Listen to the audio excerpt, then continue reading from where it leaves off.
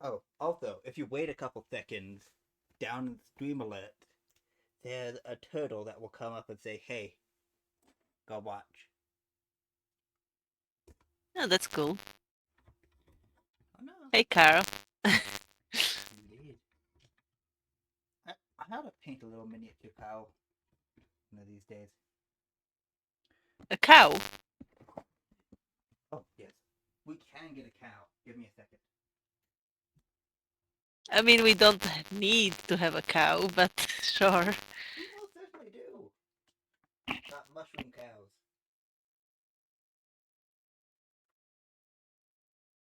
Cute. Submarine. It's safe.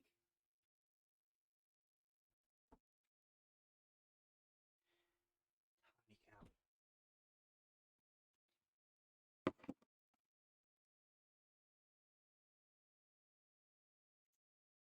Okay. So cow will watch us as we work on the flowers. Well, I work on the flowers.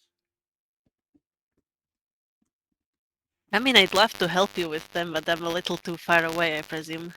For now, the teleporter's still in the works. Uh, I assume you don't want to end up half fly. No, not right now. I Usually, don't think my fiance would enjoy that. I mean, you never know. I know this one.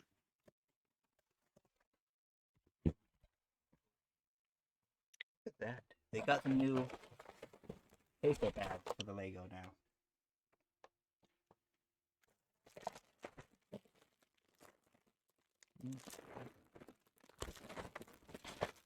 That's kinda cool. How many pink petals are there? You want to take a bet? Show me the uh top of the box.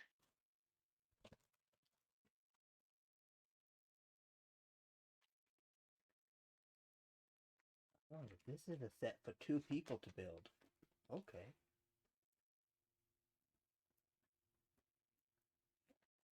About 30-ish? No, wait, 36. 36. I corrected myself just as you said it. Indeed. Is there no spare? Not usually on pieces this big. Aw.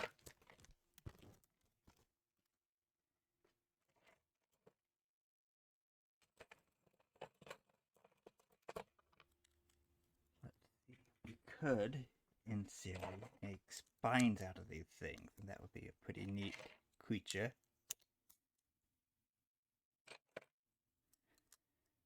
Stegosaurus type plate.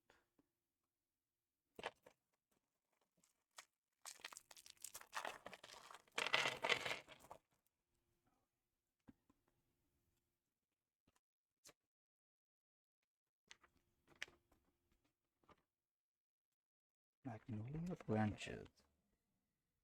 Since we released the first Lego Botanicals. Oh, uh, 1 second. I First can time I've actually. seen this, I'm sorry. Give me a second. I, I couldn't resist, I had to try.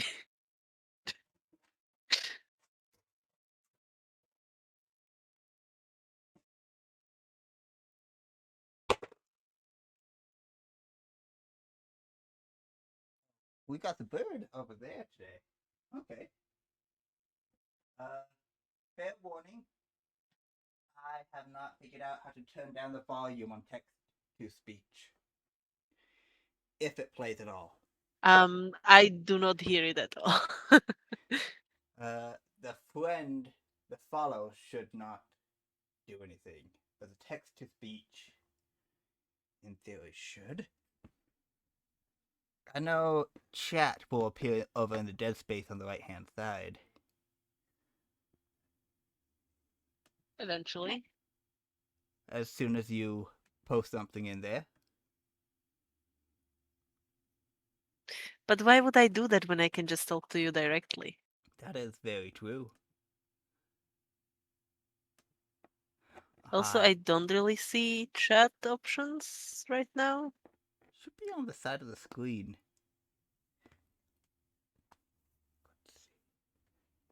Maybe If you just post no, even something like hi, that should show up on the right, left. I have I don't lost see the my own chat chat. being opened at all. I just see like on the screen. Huh. Is most odd. Huh. I'm gonna have to open up. Oh, yes. Here's hoping it doesn't crash.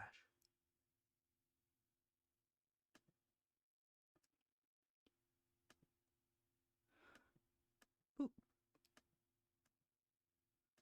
Nope.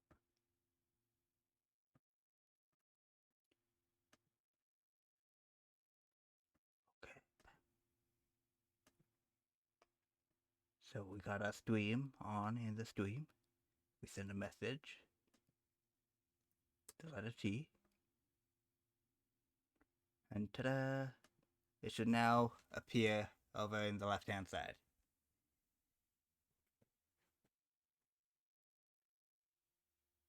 Okay. Yep, that is there, but I do not see an option to send any messages myself. That is odd. Should be on the right.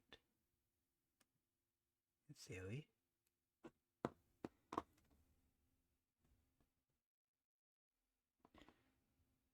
Okay, so we're going into infinity. Oh, Maybe. no, my bad. I found it. Woo. Okay. So this is how we're going to get, if anyone submits like a YouTube video for the news graphic, that's how we're going to have it shown to the everyone. Gonna use little mini camera and then switch.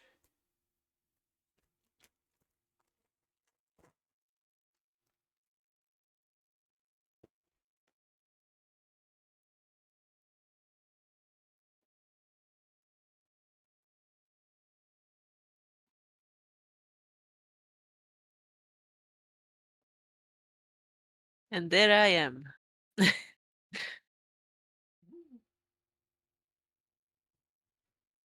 Indeed. First time chat. So cool. Oh no, I lost all my mod tools. Don't start spamming stuff.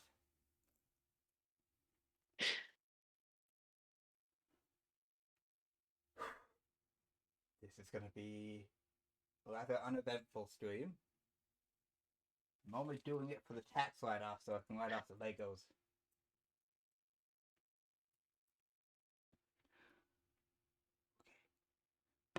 We need one of these long sticks.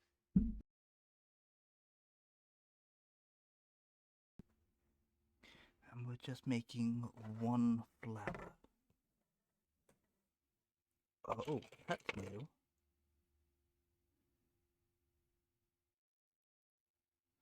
Got long What's tooth. new?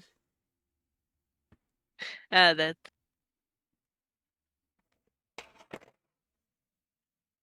Oh, and we got a brown frog.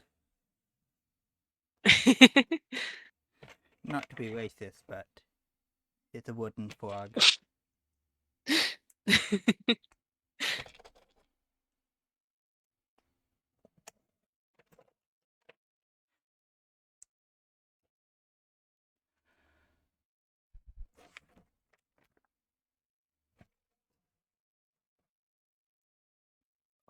There we go. The frogs are on the logs. Hmm.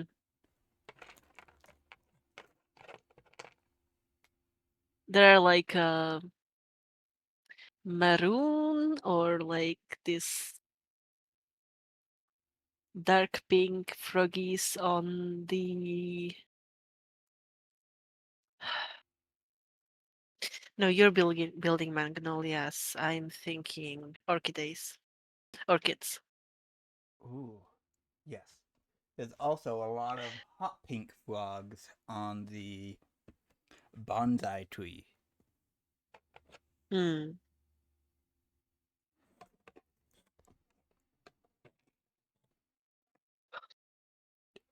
And I mean a lot of Hmm. frogs. I think it's over 114 frogs. That is a bunch of frogs. So many frogs. That's like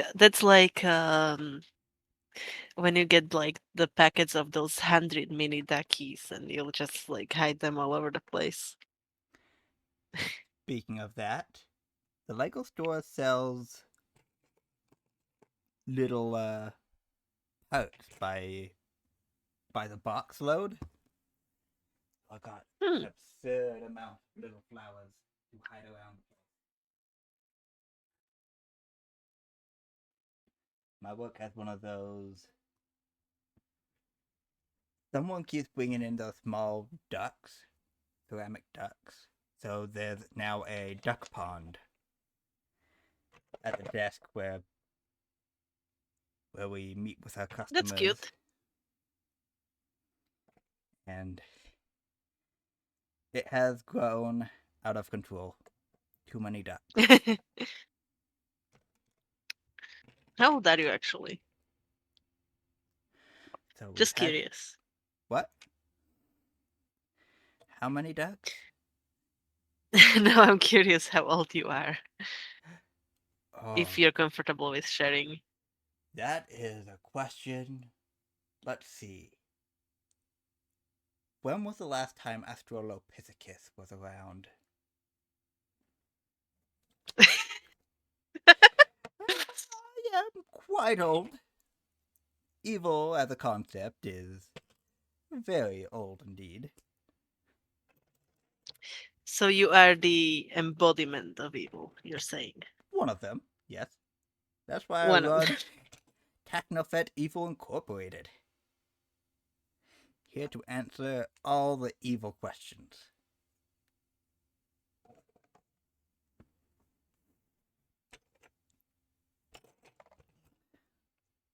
And you said you offer cookies and dental. Correct. I mean, you can't offer cookies without dental. It would do. Sure, you use the cookies to bring people in, but then You they're. gotta use the dental to make them stay. Yes, and we wouldn't want voracious eating machines to, lose their teeth. That is. That just goes against the image. Pearly white? You're evil, not you're evil, not stupid. Correct. Or rather, you're evil, not without standards. I mean, I have standards. We treat our minions. Minion loyalty is worth more than minion fear. Because one will let the heroes, steal your minion. The other will have your minions trying to recruit the heroes as they bring them into the fold. Because heroes are what's the word? Unpredictable. No. Notoriously underpaid. Oh, yes, they are. And if we can offer enough benefits, they might switch sides. Being a hero is thankless work.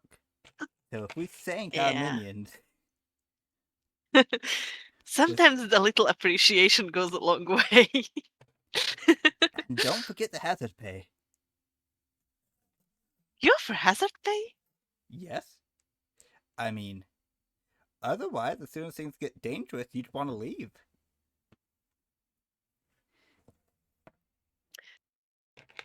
What are the hazards of encountering a Karen?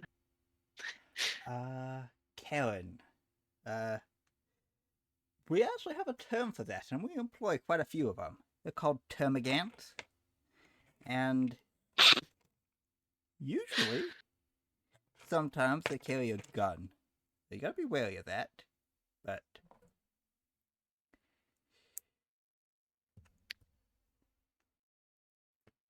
I will admit, being in the evil industry, we don't do customer service very well. We usually pull out the big guns. Quite literally. Literally.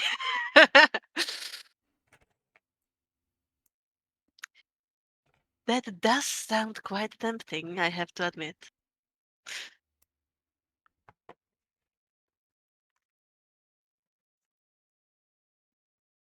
They want to speak to the manager. They usually don't realize that the manager is the one that's gone clinically insane and is on the murder spree. How often does that happen? Well, you'd be surprised how many clients we've got with, we do consulting business to supervillains. So people like the Joker and Two-Face and all their minions and whatnot. Essentially a supervillain helpline, so to speak. Yes, but how often does it happen that the managers go? The manager is usually the one doing the most heinous crimes. The minions, they're just in it for the paycheck. And I do advise keeping minion hands mostly clear of the, crimes. That way they can stay out of prison, and once you break out, you can easily recruit them back.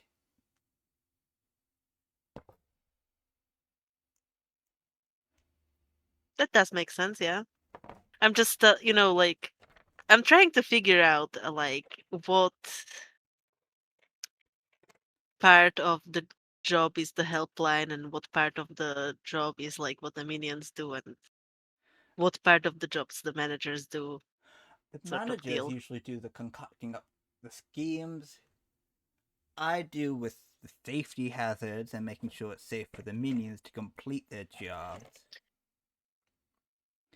Because, again, minions don't grow It's on cheaper to trees. retain minions than Yes, all the than to train new rehiring ones. and rebribing, that gets expensive.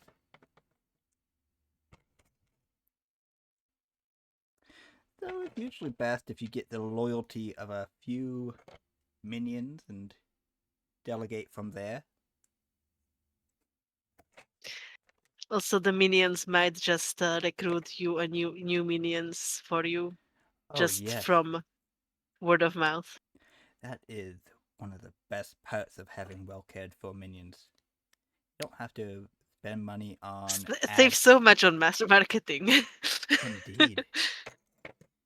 And then they'll even go up to bat for you should OSHA ever come across you, or the IRS. You don't What want to can mess. minion do against the IRS? Well,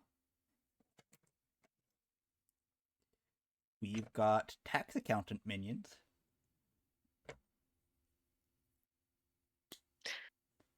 Fair enough. And when the government is so corrupt, it's easy to get tax write-off, you know? Essentially, we're getting the government to pay us. Easy to stay afloat then.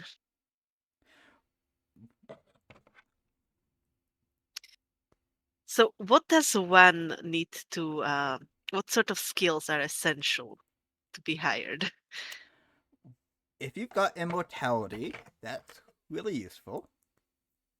If you've got some way to de-escalate situations, that's also pretty useful. Okay, okay. Unfortunately, immortality is sort of out of the question for me at the moment. We can work on that. It's not required at this moment. We can find the super soldier serum somewhere else and add that to your resume later. Of course, it will come with a non-compete clause, but only for the first 30 years or so. I do imagine if you're the best employee around, the non-compete clause is more of a formality. Yes, but you'd be surprised with how many people leave our organization. Are they trying to start their own, Sometimes. thinking they can thinking they can strike it big? Sometimes they're also just going to work for the heroes, and that's we wish them all the best in that, but we'd prefer our skills not go completely to waste.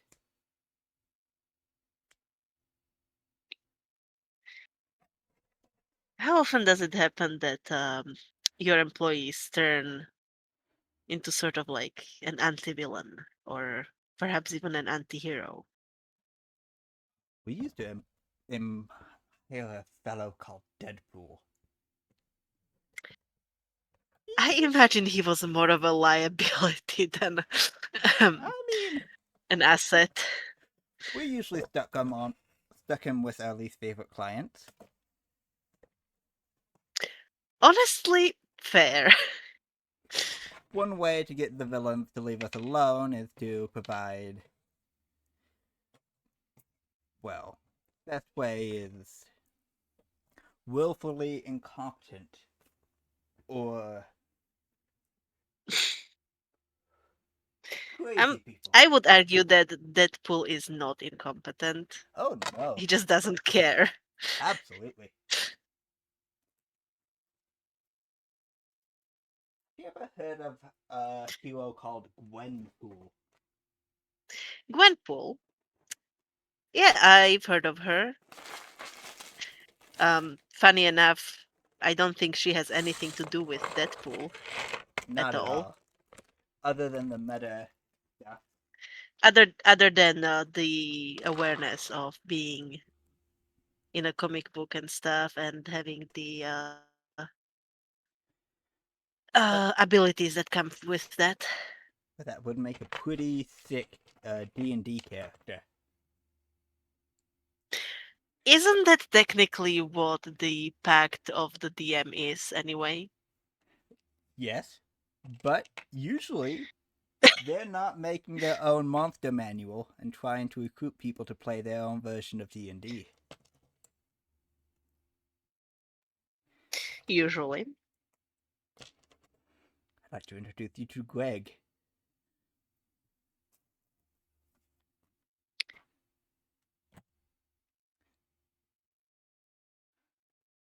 Pact the DM warlock whose patron got destroyed.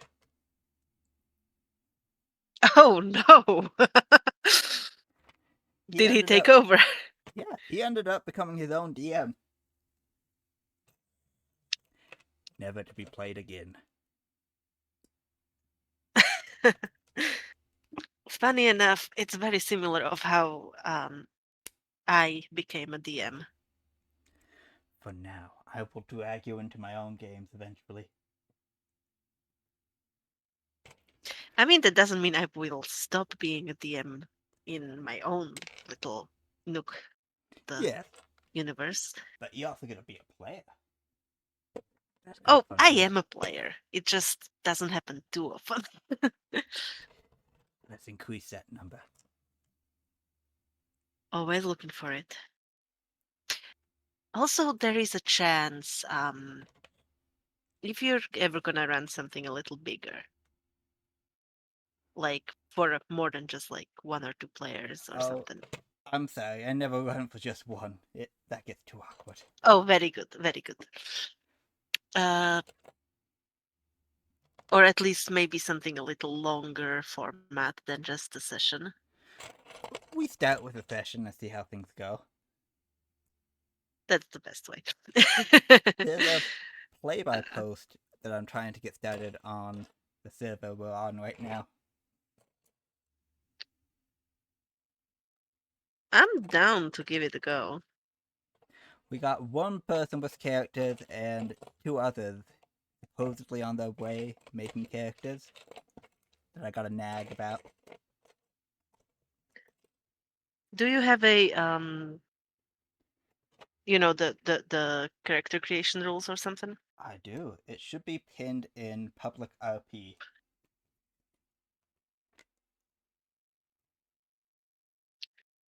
P public role. I will definitely look into that. Thing is, it uses both the D&D 2014 rules and the Dark Souls 2024. RPG. Oh, I am not familiar with the Dark Souls RPG. It's a spin-off of 5e. I used to do a bunch of basically like co-writing role plays situation with my friends. I miss those days. I mean, we can always bring it back. Wahaha.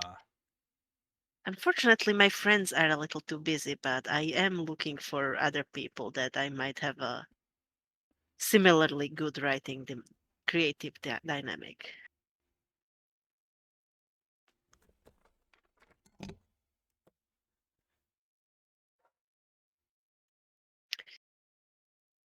A lot of angst and drama and shit like that, you know? I mean, yes. Personally, I'm a favor of eldritch horrors. Have you heard of Call of Cthulhu? As a TTRPG, Correct. Yes. I have heard of it. I have not yet had a chance to try. Do you want to?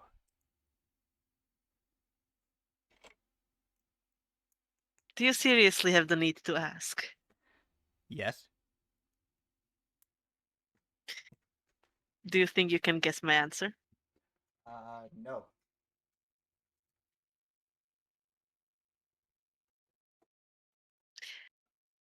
Ma'am, I joined you in attempt to facilitate a false Cthulhu campaign, um, political campaign.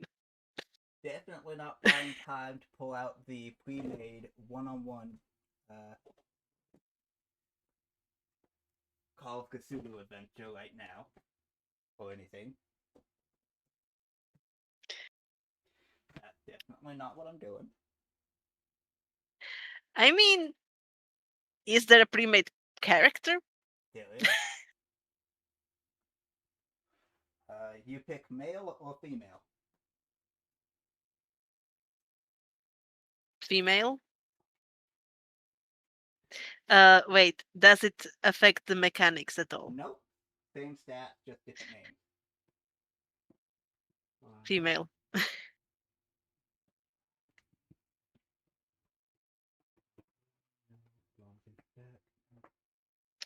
Aha. Guess. Alive the stat. Hmm? We'll put you as Charlie, a salesperson. Birthplace, Charlie. Deadwood, South Dakota. Age 32.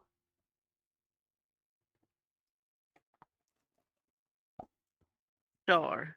Are we gonna seriously run it now or We can. okay, I'm down. Okay, so,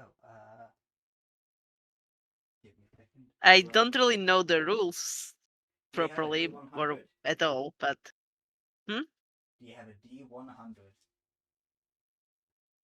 I've got some, yeah. We need one D100. Alright, I'll take my prettiest ones. The prettiest one. And I will take a clown extruder. You good to trust me to roll them myself? Oh, absolutely. You have no idea what that Cool. means yet. Sometimes rolling high is bad. I know. Oh, I should probably let you know there's a content warning. I think I'm pretty good with everything, Okay. except maybe I just don't like the implication of something crawling under my skin, I suppose. Uh, at any time, we can stop this, okay? Yep, yep. Boop. Oh, If you look in the Shiver Me Bricks, okay. in the art, I have posted my character from one-on-one game that I have with a friend. Before and after, job going quite wrong. So Ouch. I'm cool with a lot of stuff. So Okay. she almost lost her arm via a shotgun blast from point blank. So Okay. Somewhere in the forgotten wilds, where pine needles carpet the floor, something stirs. Wind whips around the black hills to places where bears, rabbits, and birds never visit. The trees of the surrounding forest shiver. Beneath the moist earth, something wakes. Shifting from beneath the soil, it erupts in silence from the ground. Its emergence reverberates throughout the wild. Far off, a wolf howls in mourning for what will soon pass. It pulls itself from the darkness and breathes. It blinks. Okay. And then it asks you to roll 3d6 and times by 5. You don't 3d6. you don't need to if you don't want to. So, Can you? It's fine. 3d6 times 5. yep. We can take Like just roll 3d6 5 times, or 3d6, I take assume. that number and multiply it by 5. Right. Okay. Ah, one die fell. Okay, so that's 6 plus 5 plus 3. That is 14 times 5 is 50 plus 20. So that's 70, I think.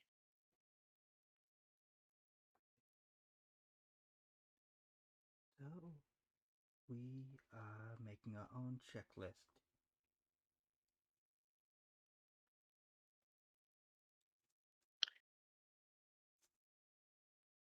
Will I be needing the d6s? Not anymore. Not anymore. Okay. Unless you want them. Buzz. I I don't know. I don't care. I guess. I Oh, just need to know so I know if I put them back in the box or not. fair. I think we just need the D100 from now on. Okay.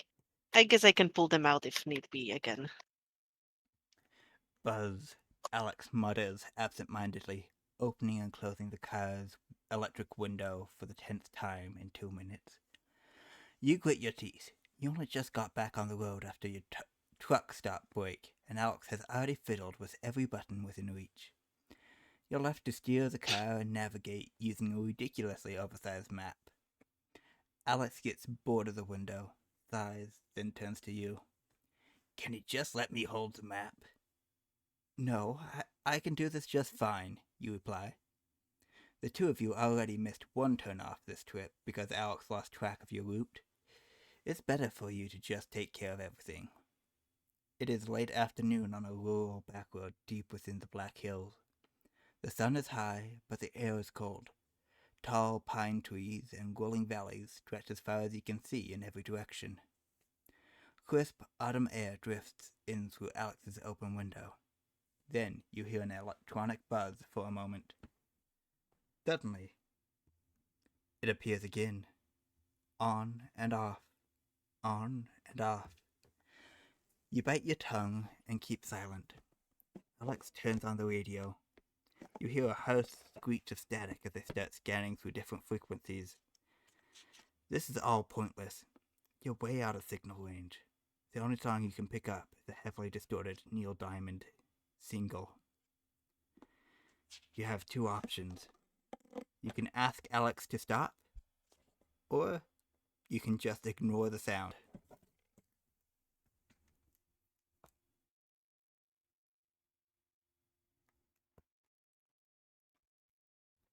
Oh, did I Mm. die? I think I should still be live. No. You're live. Okay, good. That is very spooky.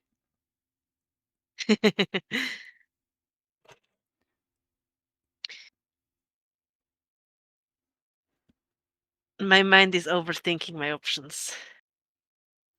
I mean, this is essentially kind of like a choose your own adventure. We can come back to this another day and go down a different No, path. the thing is like, am I like gonna suffer some sanity damage from letting the music play or the radio play, or You am I could. like That's one of the I could mechanics of Call of Cthulhu. that I am aware of? um, that's why I brought it up. Or there is like the possibility of the if the radio is on, we might hear something that might become important. Indeed. Um, so I guess I'll just leave it on because one thing seems more important than the other. You ignore the droning radio and do your best to focus on driving. Alex shifts about in their seat. They fidget, read out passing signs, and make minor small talk. You remember to answer every question with more than a single word. Dr. O'Brien told you both that communication was the most important part of a relationship. You were skeptical, but Alex seems happier after just a few minutes of conversation. The two of you joke about watching for a wandering deer that might suddenly stagger out in front of your car. At one point, Alex presses her hand against your knee and squeezes affectionately. You can't help but Aw. smile. Not far now, you say. Good. I can't wait to stretch my legs. You continue deeper into the forest. The little road you're on winds erratically, dipping up and down as it weaves between hills. The sky gets lost in the branches of pine trees as the evening shadows lengthen. You feel cold seeping in from outside. The sun gradually sets. Your car's headlights cut into the darkness, revealing the road ahead, just a few feet at a time. Finally, they drift over the front of a cabin, reflecting off two windows on either side of a front door, glaring back at you like watchful eyes. You pull up and park. Finally, Alex sighs, stepping out onto the gravel driveway. You haul yourself out of the seat, stretch your back, and walk around to the trunk to get your bags. It's cold here. The cold night air seizes around you like a vice. You weren't expecting it to be this chilly. Are you hungry? Alex asks, while you try to keep from shivering. We're gonna have you roll the D100 now. Alright, D100. That looks like 67. Okay. That is a failure on the con roll. Damn. I am very cold. Indeed. If you fail, check tick touched by cold on the log sheet. You have two options. You can say that you are hungry, or you can say that you aren't hungry. Can I say I'm cold? You can, but that will not lead forwards in the story. I only have two options here. I'm gonna say I'm cold and hungry. Okay. Please, burgers? Alex smiled. Sure. You drag the bags to the cabin and unlock the door. You stick one hand inside, feel for the light switch, then flick it on. Alex peeks inside and nods approvingly. Wow, super cozy.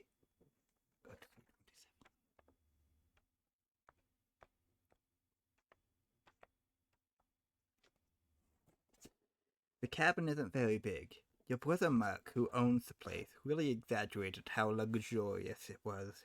There's only one main room, with a double bed, a set of drawers, and a corner set up to serve as a kitchen.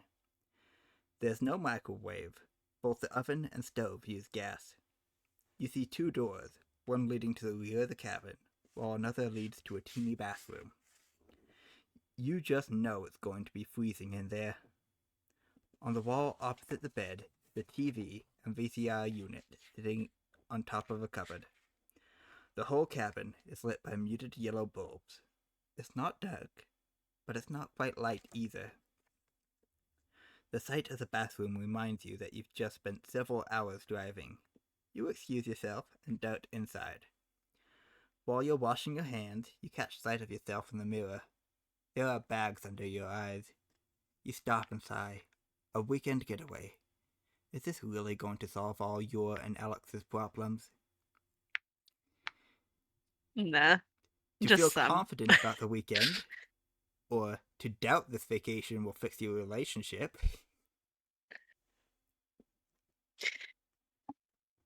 Why are there never a third option? Like, the Well, vacation itself isn't fixing anything.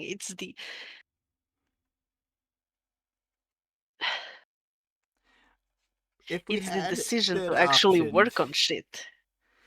the web of entries gets so much more complicated. I know. The thing is, like, it's not just the vacation that is needed to fix everything. It's the effort and Indeed. acknowledgement of stuff that and like we know this. We already know this. Like we did the thing, like part of the thing You on went the to drive, therapy. like, right? Yeah.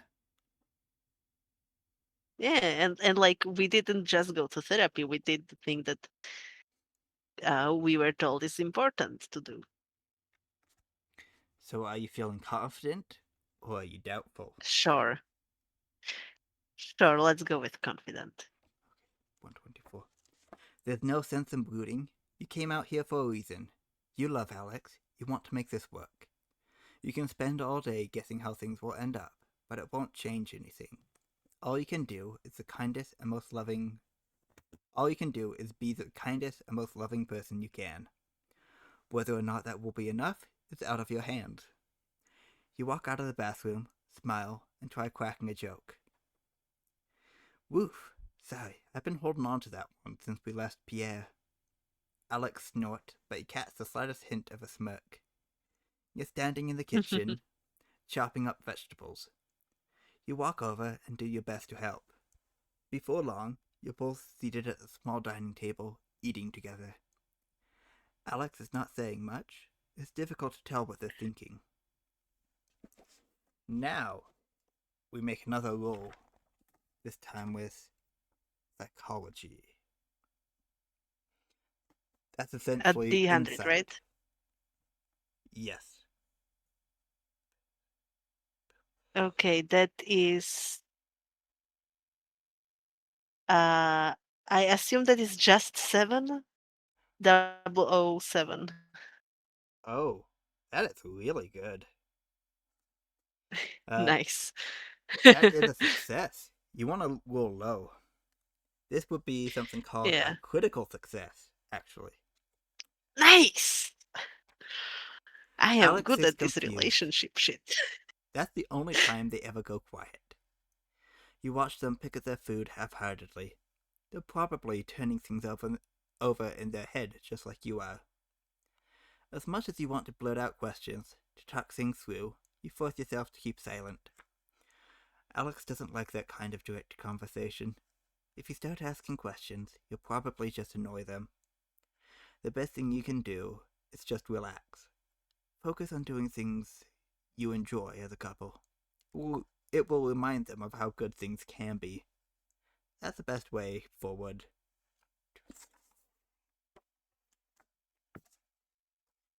I'm killing this relationship retreat. Indeed. Hey, do you want to watch a movie? You ask. Alex hesitates. The two of you used to fall asleep to movies almost every night when you were first dating. Alex chews the idea over for a moment, then nods. Sure. You take the dishes over to the sink and wash them up, while Alex brushes their hair. When you're done, you head over to the TV unit. It's a relatively cheap model from the late 80s, sitting on top of a dusty VCR player. You switch both on, then open a cabinet beneath, looking for videos. Mark sure likes scary movies, you say, looking over the titles. 15 different tapes, and you're sure that covers pretty much every major slasher film of the last decade. Gosh, none of these look good. There aren't any comedies? Alex asks from the bathroom. Okay. And now, we will do another roll. This one's essentially perception. Spot hidden. The 100 always, right? Yep, 1d100. And that is 23. Okay.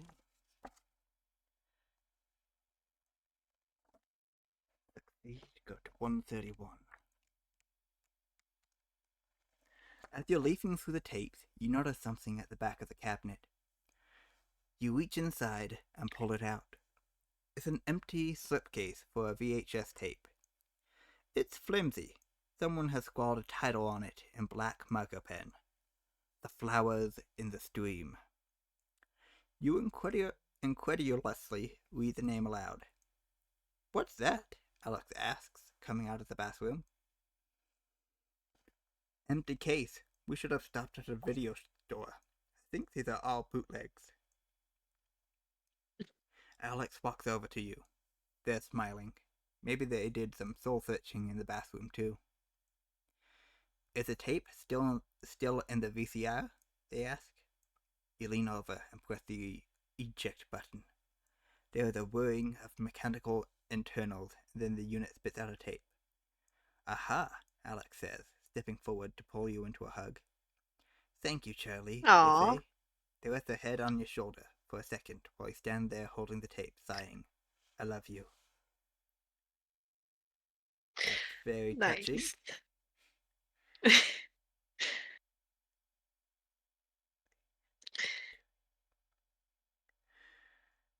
You can either respond lovingly or change the subject.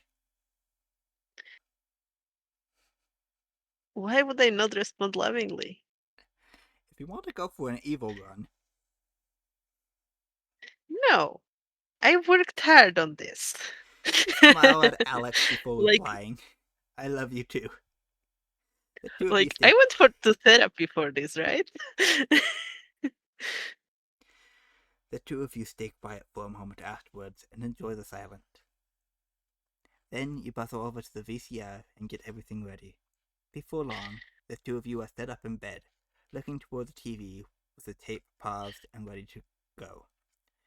Ready to start? You ask Alex. They nod. Lights, camera, action. When the film begins, the screen is black. There is faint music, but no opening credits. Then the screen cuts to blurry footage that was clearly recorded on a handheld camera. Wow, is this one of Mark's home movies? You ask.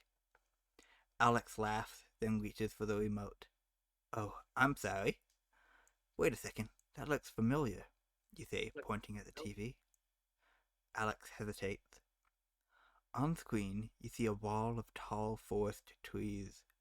Leaves and pine needles crunch under the feet of whoever's filming. The camera pans across the landscape, creating a blur of greens and browns. Suddenly, you spot Mark's cabin, standing alone in its little clearing. A dull red sedan is parked out front. That's Julie's car, Alex says. This must have been after their wedding. The camera is shaky, Wind rushes against the microphone, causing a brief flurry of horrid scraping from the speakers. There's movement near the red car. A woman, Julie, is taking bags from the trunk. She is smiling. Yeah, Alex says. This must be at least 5, 6 years ago. Julie turns as the cabin door opens. Mark steps out, walks over, and takes one of the bags from her. They smile and exchange unheard words. You sit bolt upright. What the heck? What's wrong? It's only Mark. Yeah. Who's recording then? So who's filming? Alex stammers and blinks. On the screen, Mark and Julie go inside and close the door behind them. The camera zooms in towards the window. The picture is a grainy blur of colors. You see movement in the cabin. The camera zooms even closer. Then, harsh wind picks up and howls through the speakers. The image smashes to a slurry of loud static. White noise booms out into the room. The sound drills into your skull. You feel like it's going to make your head explode. Okay. Does this call for a check? Indeed, a sanity roll. Ah, great. A D100? Indeed. 34. Am I just gonna roll progressively higher and higher? Oh no. Okay. Do you want to cover your ears or scramble for the dial and turn it down? I'm gonna turn it down.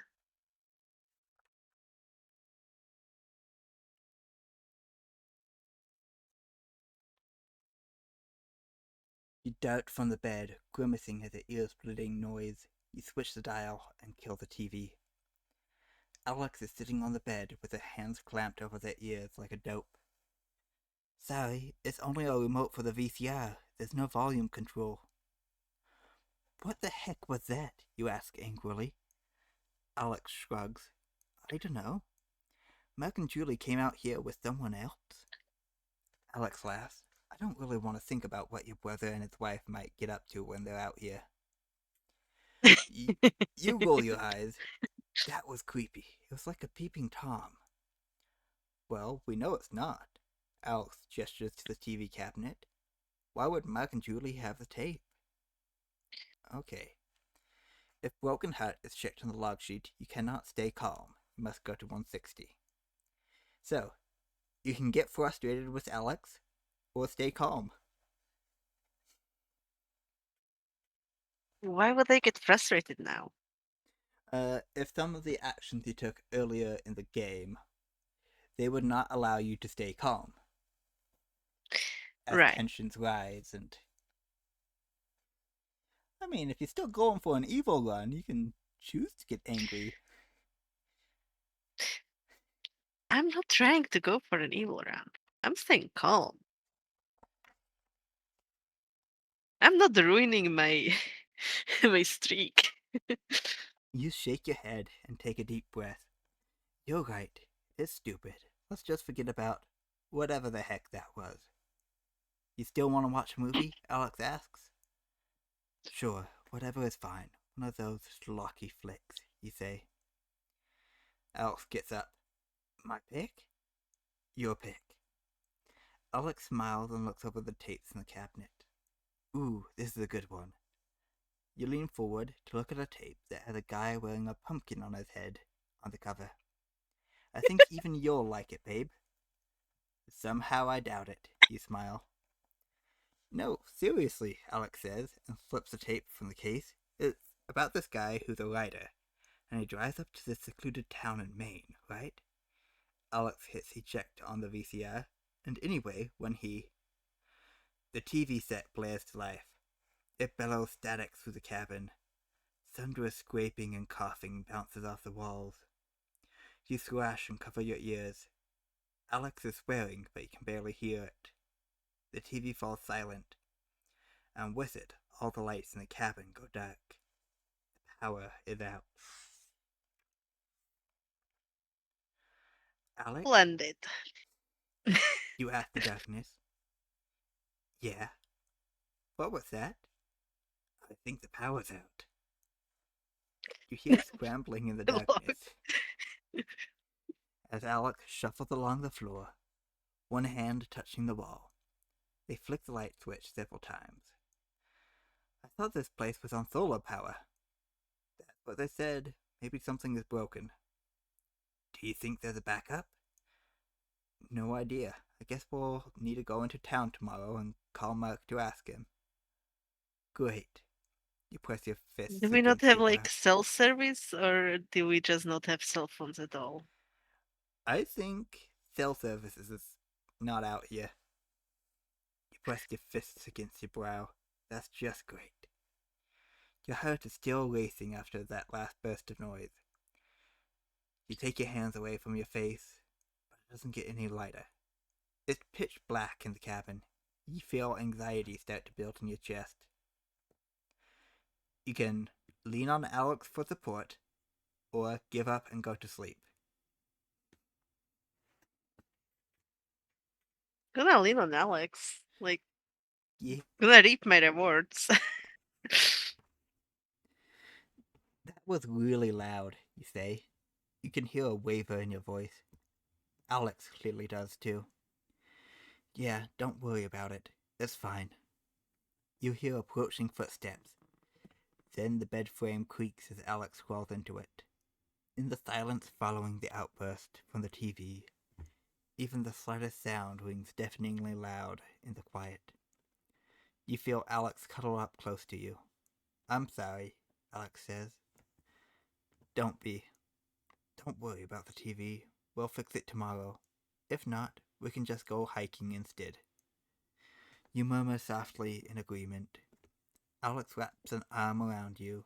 You feel their breathing on the back of your neck. It slows quickly and fades into the gentle rumble of sleep. The sound is steady and calming. Before long, you drift off too. The only sound that disturbs you is the faint creaking of pines, echoing softly through the black hills. Because of course. Funny enough, weird sounds from the forest aren't the scary shit. Absolute silences. Indeed. When you wake in the morning, you are alone. You stir in the bed and sit up. Babe? There's no answer. The only sound is the wind outside, carrying with it a gentle morning bird song. You get up and cross to the kitchen. There's a note taped to the chunky refrigerator, which is written in familiar handwriting. Sorry again. Just want this weekend to be special. Gone to town to get help fixing power. Back ASAP. Love you. You set the note down. Aww. Looks like you have a few hours to yourself. You can eat some breakfast or go for a brisk walk.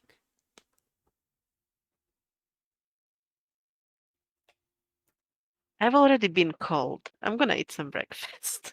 Okay. I don't need to be colder. You scrounge up some bacon and eggs. The spit and splutter of cooking fills the kitchen. The leaden quiet out here is unsettling. More than once you make to turn the radio on before remembering that it won't work with the power out. You poke at your eggs idly with a spatula and slowly run your eye across the room. They land on the dormant television set. Your heartbeat quickens. You frown. It's embarrassing how much that stupid videotape affected you. You roll your eyes and turn off the gas. You eat your hearty breakfast in silence. Once you've done and have washed the dishes, you realize you've got nothing else to do, so decide to go for a walk. You can leave right away, or wait a few minutes in case your partner returns.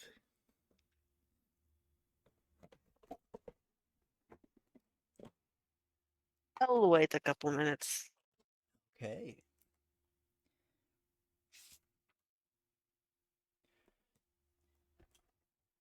You loiter in the front of the cabin for a few minutes, pacing. You check your watch. There's no sign of your partner, just the sun getting higher in the sky and the world outside warming in its rays. You sit for a moment on a little plastic chair by a pile of chopped firewood. Can I ask you to roll the D100? D100. Yep. Alright. This is another. That is 79. Okay. That is bad. Indeed. Am I just getting cold again? You are too distracted to focus. You keep glancing down the driveway, but it remains empty. When the boredom gets too much, you decide to begin your walk alone. You exit the house, take a deep breath of fresh air, and head down a nearby walking trail. It has been worn smooth by the hiking shoes of innumerable vacationing families. The forest grows thicker around you as you walk. Unseen critters skitter in the nearby underbrush. Birds move overhead, calling out and shaking pine needles to the forest floor. Off to the left, you hear running water. You can investigate the sound or stick to the trail. Oh, what was the sound? The sound of running water off to your left. I'm gonna stick to the trail. Okay. I don't wanna get lost. Doesn't sound like my character is familiar with this area too much. It's time to keep walking. You focus your mind and head determinedly down the trail, further down the Black Hills and deeper into the forest. It's a pleasant hike. Sunlight filters through the pine branches and casts up dancing shadows all about you in the cool morning air. After a half hour or so, you feel nature calling and step behind a tree to pee. As you are fumbling with your clothes, when you spot something. Ahead, off the trail and nestled in a narrow valley, is a dilapidated wooden shed. You can investigate the shed or ignore the shed.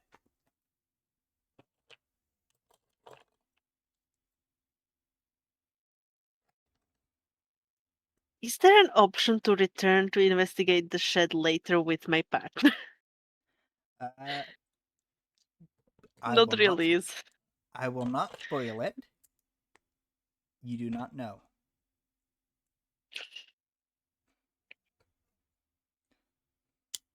I'm gonna ignore it. I don't want to get murdered right now. I'm, I'm not gonna fall for the horror tropes just yet. Forget that. You've seen enough horror movies to steer well clear of little abandoned sheds found in the middle of the woods. You continue your hike for about half an hour and then turn and head back home. You crest the rise that leads back to the cabin. The sun is high in the sky. It's late morning, soon to be afternoon. You sigh.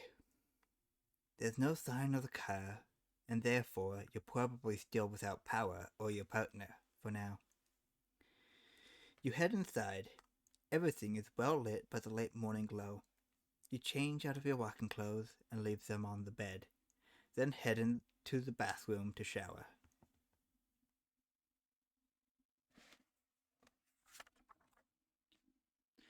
Water cascades into the waiting tub below, filling the room with constant loud drizzle that is almost like white noise. The pressure is lousy without power to the pump, but gravity does most of the work.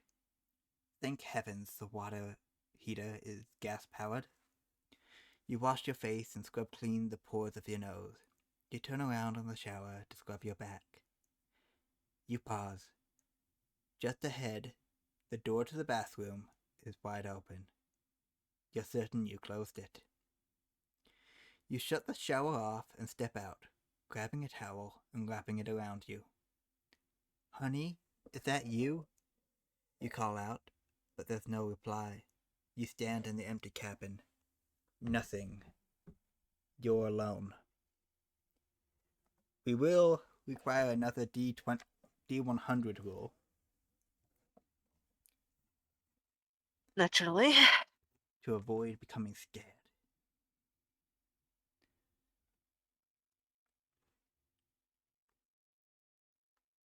Well, I'm pretty sure I'm already concerned, at least. That is 36. Okay. Even though you're still warm from the shower, you shiver a little. You shove the anxiety down. The door probably swung open on its own. Seems like everything in this cabin Probably. is a little faulty. Time to get dressed. You stretch, roll your head around a few times to work the tired muscles, then head over to the bed and open your suitcase. You purse your lips and consider how you're feeling. To put on jeans and a t-shirt, or you can put on warm, soft track pants and a sweater.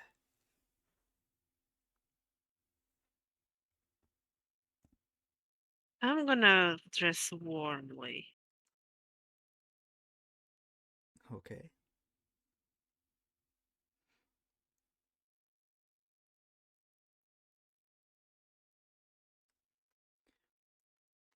Choose either option, then go to 93. Freshly dressed, you feel renewed. Now, what to do with the afternoon while you wait for your partner to return? Hopefully, they have a solution to the power problem. You can make some food. You can search for flashlights and batteries so you have light for when it gets dark.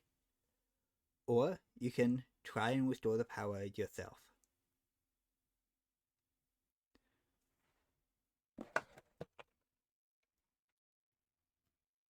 And I can only choose one. Right now, yes. You got to decide which one you want to do first. Uh, hmm.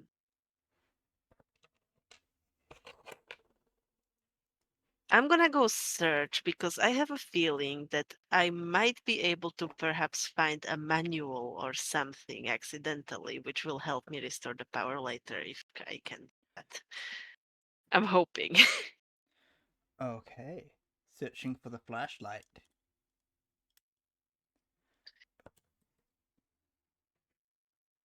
You know there was a Or heavy-duty candles flashlight or in the something. car, but it's gone now.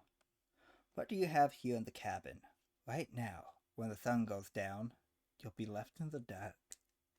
Make a perception check, D100. Of course. Fuck!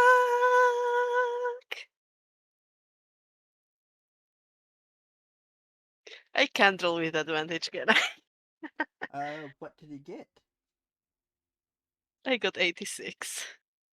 If you fail, but wish to push the roll, you may roll a second time, at the risk of an unfortunate accident.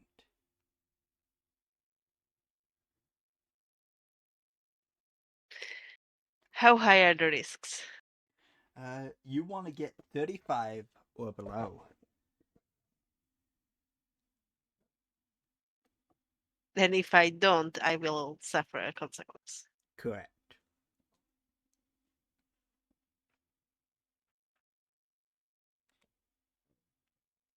Fuck it, I'm gonna risk it. Okay, risk it for the biscuit. Risk it for the biscuit. That is 34, actually. Oh, that barely succeeds. Just barely. In the cupboard beneath the sink, you find a little plastic container with a mini flashlight in it. You switch it on. It works, but the beam is weak. The batteries are probably dying. You look for spares in the pantry, the bathroom, and the bedside tables. Eventually, your gaze settles on the TV cabinet. You cross the cabin to the television and perch on your knees in front of it. You open the cabinet and scan over the videotapes. You move some of them aside to look deeper into the cabinet. Just pull them out from the remote control. God damn it, girl.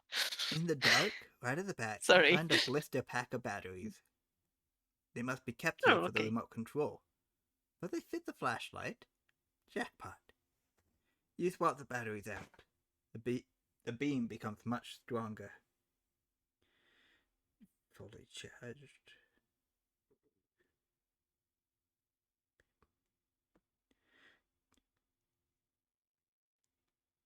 Okay. To cook some food, go to 94. You head to the kitchenette. You're glad the fridge and stove are Oh, powered so by I have gas. to just go do the food. I see. Indeed. You cook up a meal, then enjoy it alone at the little dining table.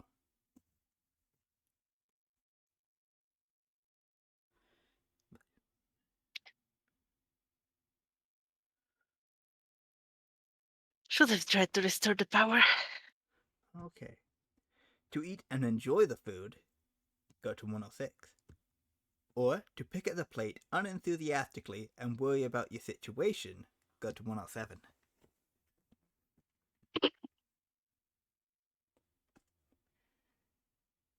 How is that going to help me? I'm gonna enjoy the food. Fucking.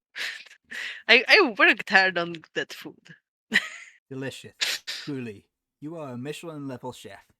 Anyway,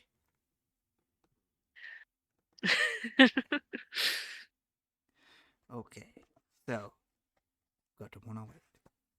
You can't think of anything else to do in the cabin, and restlessness is creeping in. For a while, you lie on the sofa and read an old, beat up paperback from a shelf in the corner. You think it's pretty good, but a little flowery and overwritten. Not to mention how grating prose written is in the second person can be. So we want to roll the D100 to listen.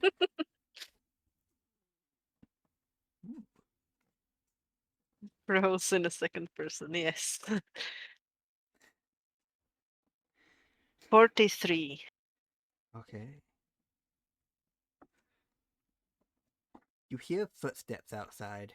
They crunch on the gravel driveway. You sit up. You didn't hear a car approach. No. You stand up nervously and creep across to the window. A balding, middle-aged man is standing just outside the front door. He's dressed in a thick winter coat and has his hands in his pockets. You do not recognize him. He lifts his hand to the cabin door and knocks. You can pretend nobody's home and wait for the stranger to leave, or you can answer the door. I presume right now I have no further information on the stranger. Correct. And I cannot get any further information on the stranger. He's bald. I was more thinking along the lines of does he look like he might have a police badge or something, you know? Nope. He's got a winter coat, though.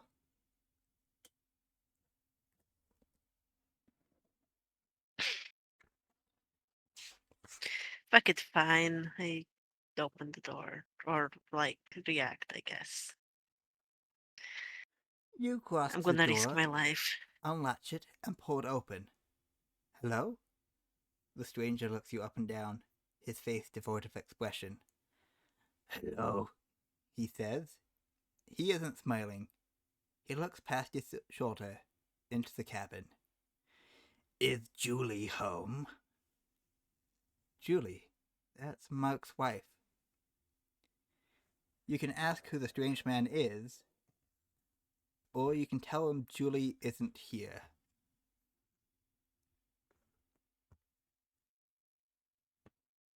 I'm gonna ask him. This guy's sus as hell. Sorry, who are you? You ask. He ignores your question. Julie, is she home? So now we're doing another roll, essentially perception.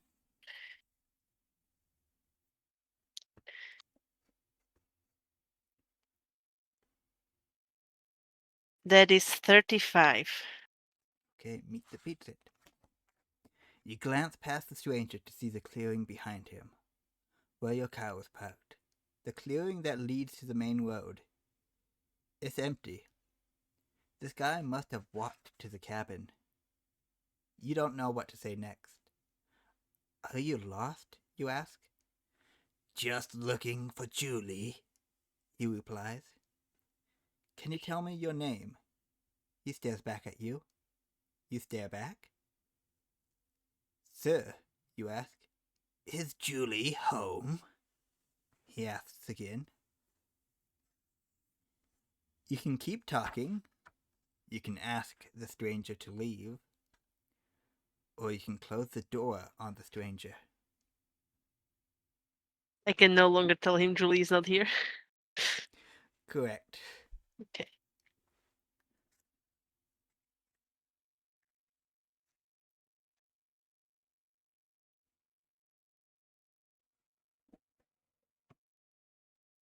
I'll risk it and I'll keep talking. Okay. Do you live nearby? You ask. He shakes his head. Have you broken down or something? He shakes his head again. You start to feel nervous. This guy is seriously weird. I don't think I can help you. Yes, you can, he replies. How? You can tell Is me Julie where home? Julie is. You can ask how this guy knows Mark and Julie, or you can tell him to leave.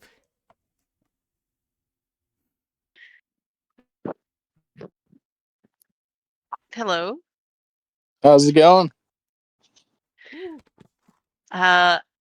I'm talking to a creep, I think. you're live on air. If I go, I'll leave. You don't have to. The thing is we're playing one person. Call of Cthulhu. What is it? Call of Cthulhu?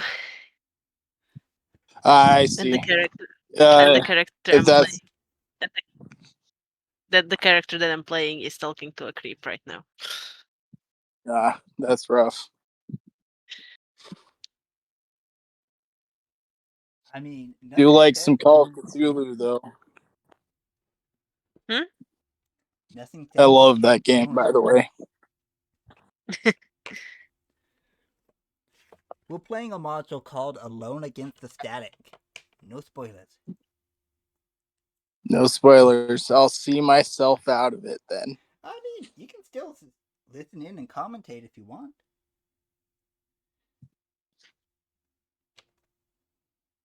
I would, but I got a couple of wood that I need to get in for the house fire.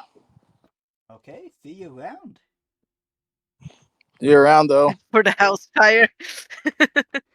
I mean, I don't ask too many questions.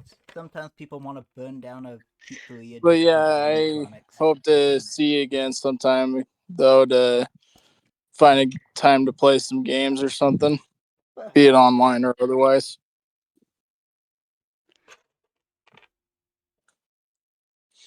Take care though. Good luck with the wood.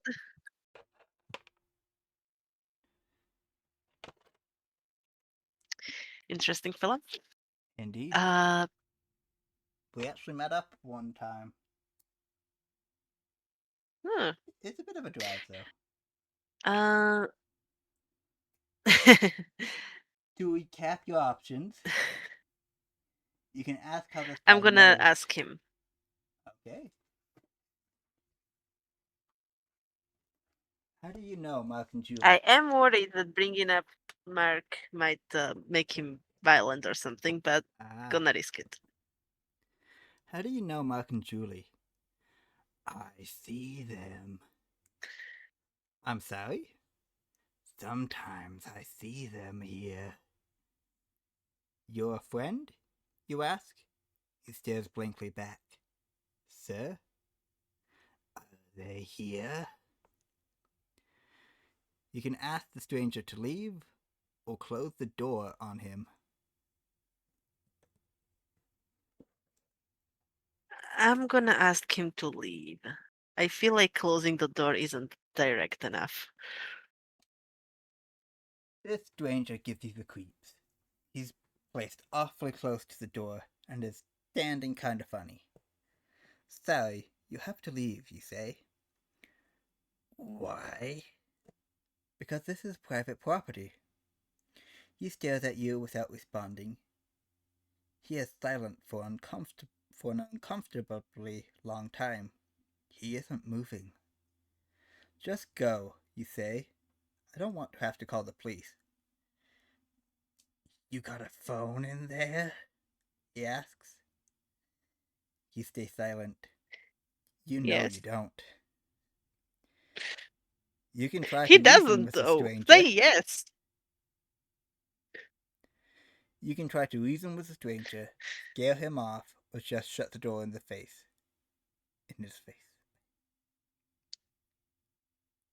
I'm gonna close the door. I've had enough. Okay. Scare off, reason with, and shut the door. Shut the door is the only option that doesn't require a roll. Okay, you say slowly and narrow your eyes. Thanks. He stares unfalteringly as you shut the door in his face. You worry he might try to stick a foot in the way, but he doesn't. You lock the door. Thank goodness. To go back to reading, or you can loiter by the door and see if he leaves. I'm gonna keep an eye on the door. You wait a few moments, then you hear him step away from the door. You move to the window and look out. You see him leaving. He doesn't head down the driveway. He takes the trail that leads into the forest, the same trail you went walking on earlier. Yeah, good thing I didn't go into that cabin. You can I follow the think. stranger, or you can close the door and make sure it's locked.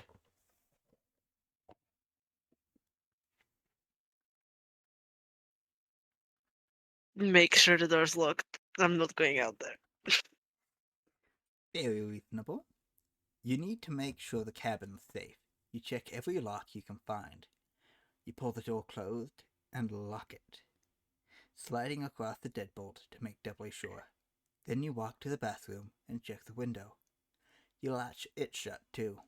The other windows in the cabin don't open, and there's just the one door in and out. It all seems safe. But also, I'm trapping myself inside. Indeed. To settle in for the night, go to 142. It's dark. Clouds cover the sky, and the moon is hidden. You lay on top of the bed for a while, listening to the wind shaking the branches of the pines all around. Every few minutes, you think you hear your partner arriving back. Every time, you're wrong. When you walk around the cabin, you use your flashlight to guide your way. After a few hours, you make yourself a sandwich and eat it in the dark. While you chew, there is a knock on the door. It is a single knock. Suffocating silence follows it. You can ignore the knock or answer the door. Can't I look through a peephole or something? For fuck's sake. I don't think this door has a peephole. Nope, it does not. Or through a window or something. It looks like there's a blind spot right where the door is.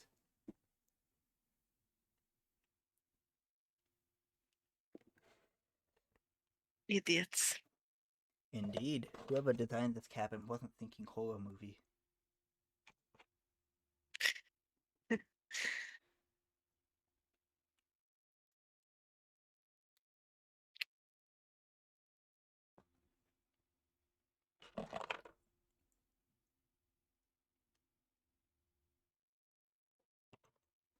I hate that I can't do things that I would otherwise choose to do. And granted, that's Like, why, like, yeah, you'd want a real DM for this. yeah, like, I don't know the like, story. listen at the door, or something. I will admit I don't know the story well enough to improvise it. Yet.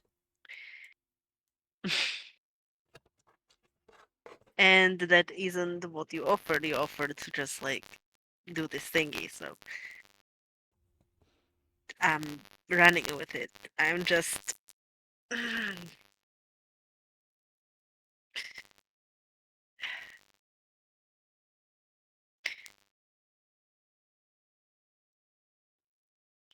I respect the work that comes into writing a choose your own adventure stuff, but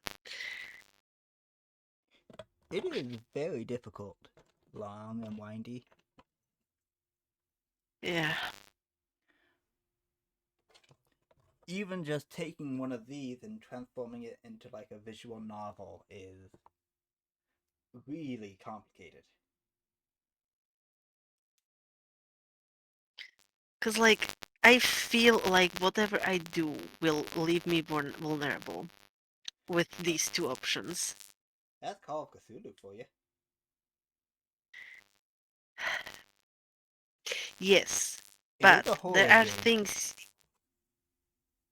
There are things you could reasonably do to make it to to mitigate the danger a little bit, like simply by, I don't answer the door, but I listen into whomever is outside the door. Yeah, I get you there. Yeah. So can you read the part of how the knock sounded again? Like, was it just like a A tap, single or knock was it like? and So deafening it was silence sort of a tap. afterward. Indeed. Fuck's sake! Fine, I'll open it. Against all my better judgment. 6, No, wait. I won't. I will not. 142. I will not open it. To ignore the knock. 83. You finish your sandwich and put the plate in the sink. There is no further knock at the door. You were right. It must just have been something tossed at the cabin, washed on by the wind. As the night goes on, it gets colder. You use the flashlight to go back to the bed and get under the covers. On the cabinet at the foot of the bed, the television turns on. The power is back. You can turn on a light or turn off that awful TV. I turn off that awful TV. You hurry over to the television. You hit the power button. Nothing changes. The screen remains tuned to the VCR, displaying slightly illuminated black. It's quiet. The VCR is purring. The TV is dim. Okay. Depending on Right, the the choices. power is not back on, is it? Sorry. Okay, so there are several options here that are locked off.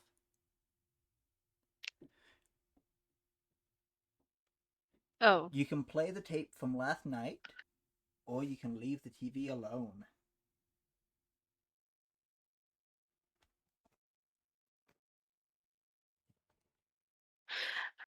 I'm leaving it the fuck alone.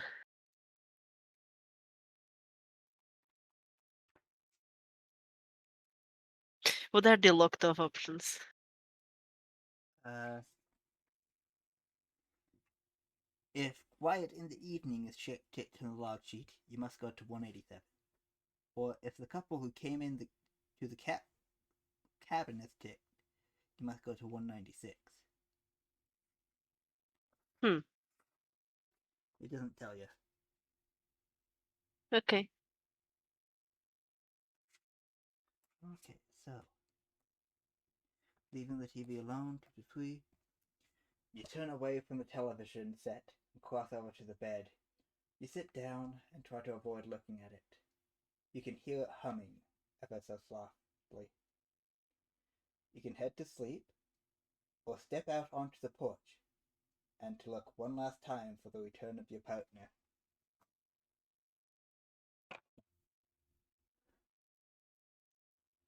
Stepping out on the porch means opening the door, right? Correct.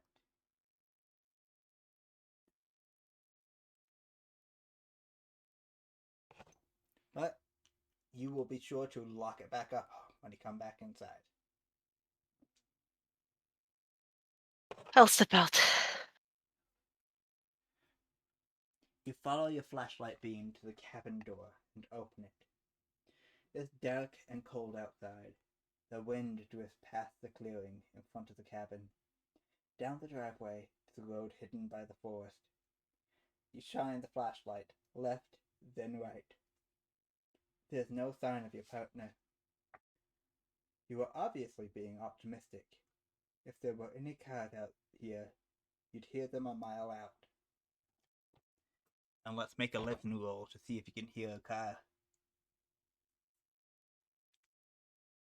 So that is a D100, and you want to get 50 or below.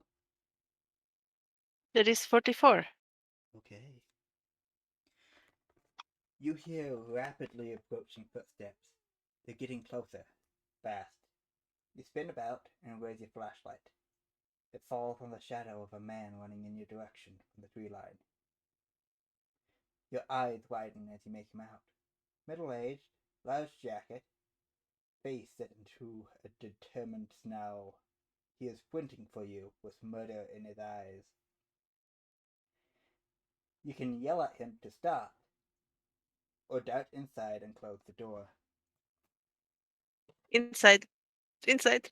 Inside. Your feet skid on the wooden decking as you dive for the door. The sprinting figure is right behind you. Can you make it in time?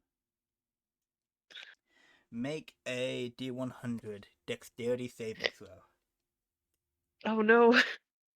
No. I'm gonna die. 28! Oh, that's good. I might not die. So 65 or below, so that succeeds. You lunge back into the cabin and slam the door shut, hastily locking it. A half-second later, you hear the stranger slam his full weight against the cabin door. The collision is loud. The door shudders beneath him as he begins to beat his fist hard against it. The door begins to shake. He's trying to break in. To try to secure the door, or to try to find something to defend yourself with, or you can try and hide.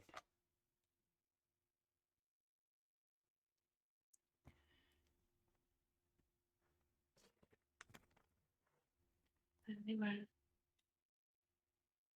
Um.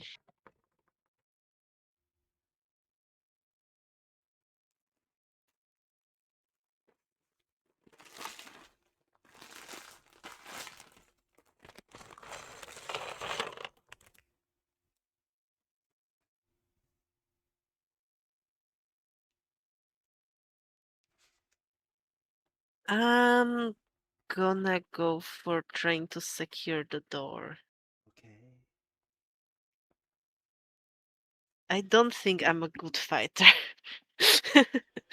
You dart to the kitchen and I don't think and grab one and of I the don't chairs. think there's a I don't think there's a gun in here. I could use a knife from the kitchen, but he still have an advantage. Yeah. You dart to the kitchen and grab one of the chairs. You drag it to the door and wedge it under the knob. It holds everything in place as the stranger continues to screech and smash his way inside. You can feel the walls shake with every blow. You stay back, praying the door will hold. We want to make another roll, this time a strength roll. 70 or below. 49. Okay. The chair locks in place under the door. You see the wood flex and bulge with each strike. You haven't stopped your attacker, but you've slowed them down. You glance around the cabin again and frantically reassess your options. You have bought yourself extra time. Apply a bonus die to your next roll. Okay. Ooh. To find something to defend yourself with, or try and hide.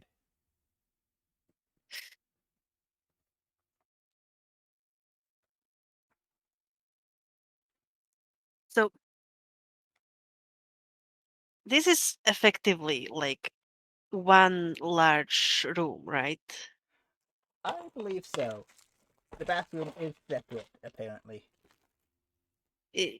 Separate bathroom, but otherwise it is just one large room. There isn't that many places to hide. Like at best, you could maybe hide under the bed, right? Exactly. Under the bed, in the cabinet, somewhere. The cabinet would be a tight squeeze. Yes, yes, it would.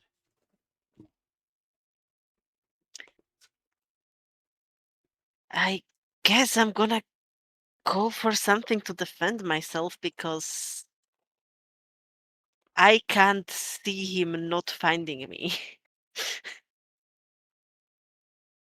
Like, Okay. those are all very obvious hiding spots, in my opinion. You search around for something, anything to defend yourself with.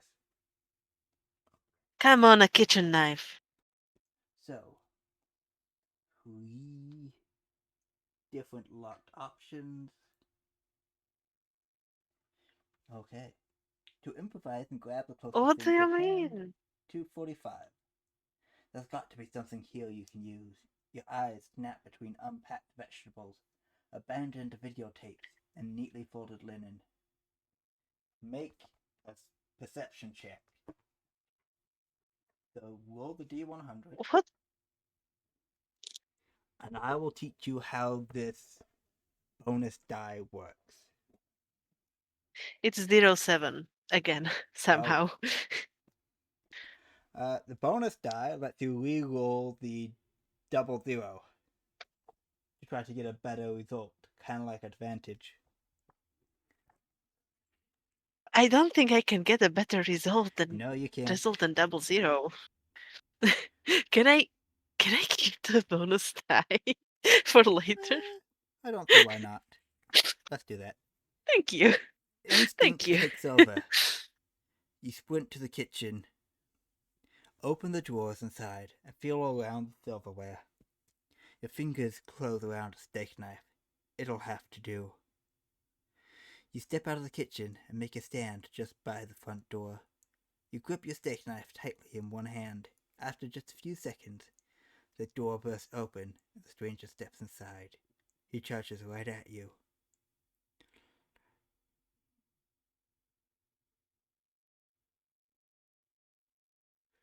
Okay, so 259. I don't like this. If we can stop. No, no, no, no, no, no, no, no, no, not like that. I don't like this for my character. Oh yeah, absolutely. That's kind of the whole point of Call of Cthulhu. I The mean, strange obviously, yeah. The stranger is bigger than you.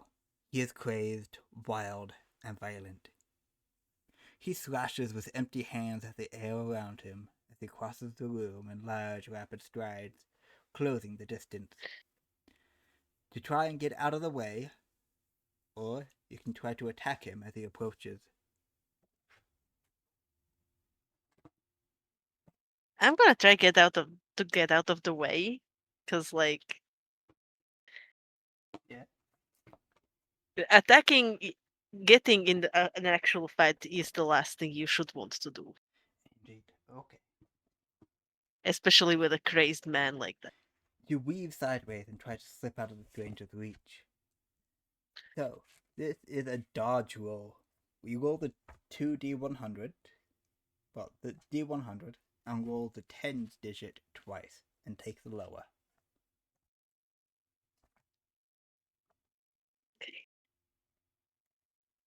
Okay, that is 22, and rolling second time, that is 12.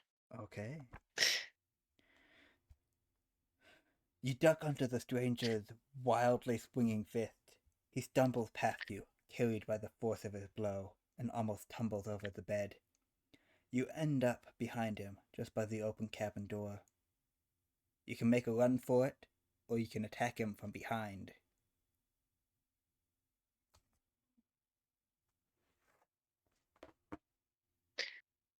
I ain't playing. I'm attacking. Stab the guy. Okay. So we are attacking from behind.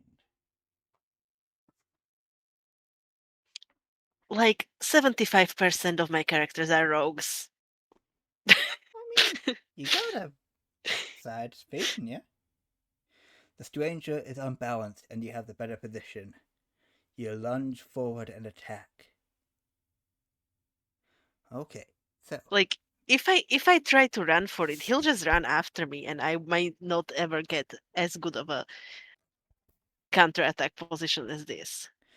in fact, make a roll the dice and add a bonus dice to the roll. Okay. I mean, that's 13. Okay, that's pretty good. The well, That that's 13 twice. fighting brawl.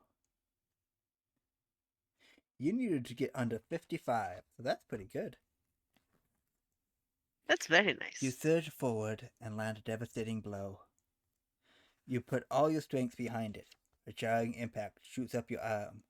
You definitely made contact. Your steak knife sinks deep into the stranger's belly. He lets out a high-pitched whine and stumbles back. He pats frantically at his stomach, leaving great bloody smears across the front of his clothes. "Murderer!" he cries. "You've murdered the child!" He collapses backward against the wall, What? hissing. You see his madness plainly in the way he glares. This guy is hurt, but he's not going to stop. You're pretty sure if you shot him, he'd somehow keep coming. The endless, implacable rage burning in his eyes is terrifying to behold. The stranger starts to fumble at the wall next to him and haul his bleeding body back to the fight. You let the bloody steak knife fall from your clasped fingers. There's no way you are going to give up an opportunity like this. While the stranger is wounded, you spin around and sprint through the open cabin door. His howls of rage grow quieter behind you as you tear off into the woods. Leave the fucking knife, girl. Fair? You dash out into the night, running as far and fast as your body can manage. The cold air burns your lungs. The surrounding trees sound alien as they rustle, making you all the more terrified. Every few minutes you emerge from the trees to a section of dirt road. You keep praying that you'll see your partner's car arriving, but deep in your soul, you know it won't come. After almost an hour of mad flight, you come to a crossroads. You recognize it from your journey up to the cabin. You're not sure which direction leads to the highway, and which leads deeper into the woods. The forest feels inescapable. We're making a navigate roll, which is a D100. And navigate stat is... You want 40? That is a fail. What is it? 92. Okay, sweet 20. That is bad. I mean, you pick one path and follow it. You race along it for almost an hour. Even after all this time, you're not sure if you've gone the right way. The woods around you are endless. The hills are treacherous. Before long, you lose your bearing. It doesn't matter if you took the right way, or the wrong way at the crossroads. You get tangled up in your own hurried flight and lose all sense of direction. Everything here is identical. just great looming black shapes, any of which you feel like could suddenly decide to come to life, loom down and devour you. This isn't right. It isn't right. We will make a sanity roll. Yay. 50 or below. 42. Woo. Yay. Panic is not going to help you get out of these woods. Force yourself to take a few deep breaths and slow your racing heart. You turn, pick a random direction, and start walking determinedly. It's impossible to tell if you made the right call. Your flashlight is the only way to see your surroundings. The only thing you can tell is that the forest is quieter here. Time passes. Eventually you start to tire. Not necessarily a good thing. You're also getting seriously cold. You lean against a tree and catch your breath. Okay, so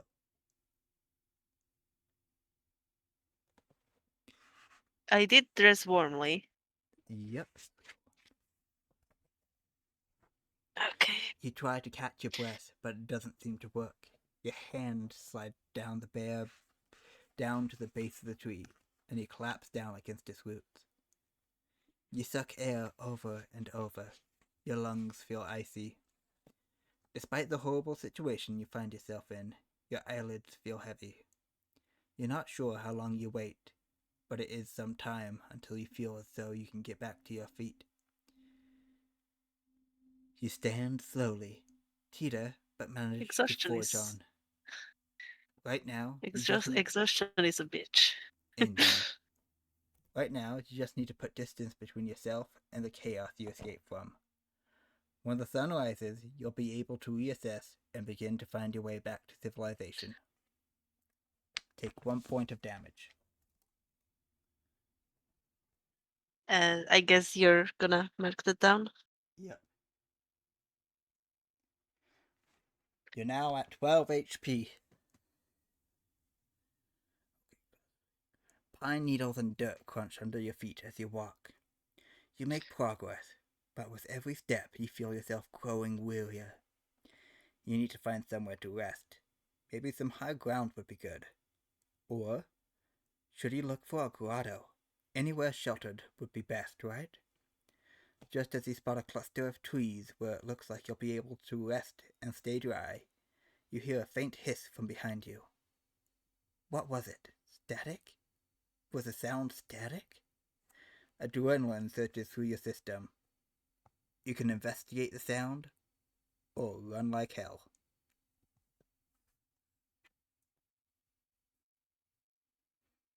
I'll investigate. Okay, sweet. You turn to face the sound, the direction the sound came from. You can't hear it anymore. Hello? You ask the darkness. It does not reply. You direct your flashlight in front of you. Its light reveals tree trunks, stones, and fallen logs. Nothing unusual. Okay.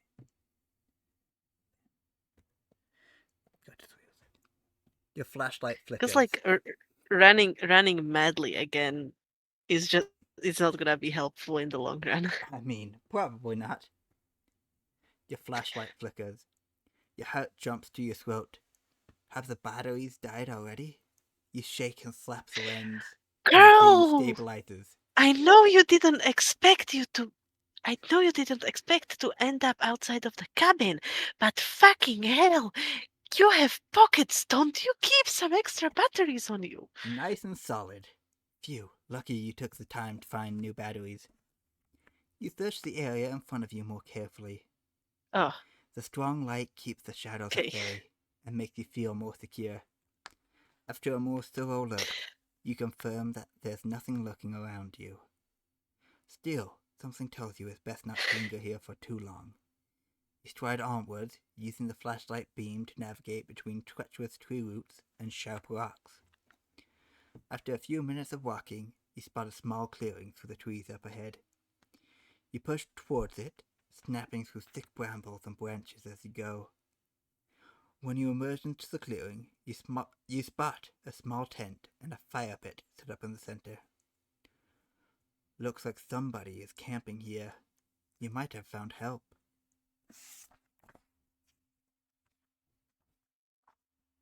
You made a lot of noise when you pushed through the trees into the clearing. Something rustles inside the tent. You've clearly woken up whoever is inside. Hello? A timid voice calls out. The tent flap unzips, and an unfamiliar man steps out into the moonlight. He's fully clothed. He looks towards you, Thank hesitates, goodness. then nods. You notice that his eyes show no sign of surprise. You can respond to the man politely, or respond to the man aggressively. Politely. Sheesh.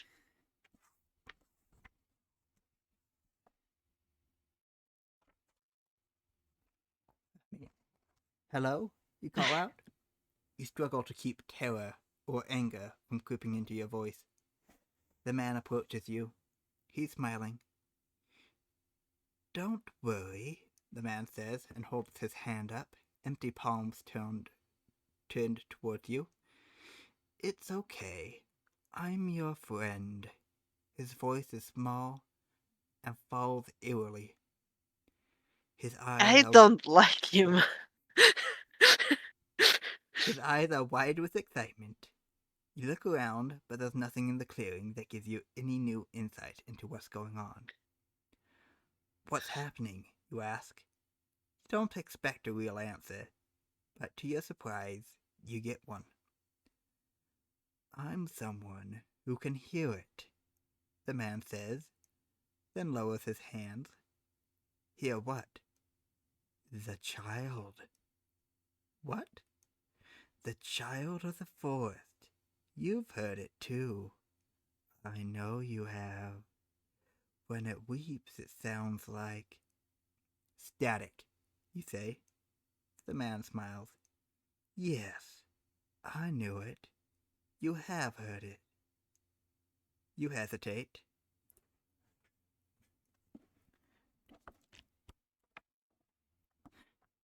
Charlie, he says. You freeze. How in the hell do you know my name? The child told me. It just wants a family, Charlie. That's what we can give to it. All of us. The voice and the static? You ask. It wants a family? The child. Yes. Okay. There are a lot of questions here. You can ask more about what the child there wants. sure are. You can ask how the stranger knows all this. You can ask if he is the man you've seen around. Boop. Or when you have finished talking, select one of the following. I'm going to ask about the man I've seen around. Are you the guy I've seen around? He pauses, thinking. It may have been me, or rather, a version of me. What? I've given myself to the child, Of course. he says. I'm in its family now. If it wishes, the child can take my form. Indeed, the child takes many forms, those of his victims past and future. You can ask how the stranger knows all this. Ask about what the child I feel like the answer would be that the child told him, but let's ask what the child wants again, I guess. Or rather, other than a family, perhaps. What the child wants. The child, you say? It wants a family? The man nods. It spent uncountable years alone. It sees past, present, and future. It has tried so desperately to adapt to the technology of our world, but has failed. It just wants people to be with it. Here, in its home. He gestures around. You can ask how the stranger knows all this, or finish talking and select.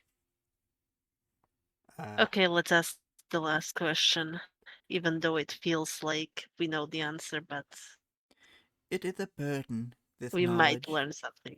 The man smiles. I came to this place years ago. I brought my camera. I wanted to document the wild, but I found something far more important to document. Something beyond comprehension. I found that the child could somehow manipulate that magnetic particles in my videotapes to show me visions of the future. He smiles wide, and so far they have all come to pass. The child exists beneath the earth, in the soil, in the trees, and in the pine needles at our feet. The power of the earth all around. It lets it smell and taste and touch anyone who encounters it, whether they have already or not. What do you mean? You ask. It sees the future? For the child, there is only now, and now is everything, all at once. It's why it was waiting for you, he says. In my time here, the child has shown me many things, all stored in my tapes. I've kept them and labeled them and tried to categorize them as best I could. You can tell the man he is talking nonsense, or you can ask him how he can leave safely.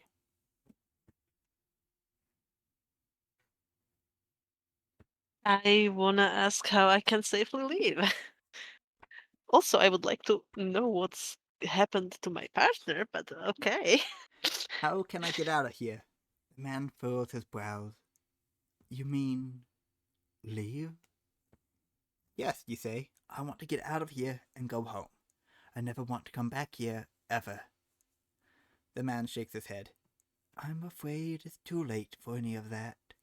The child has chosen you. It awaited your arrival for so long.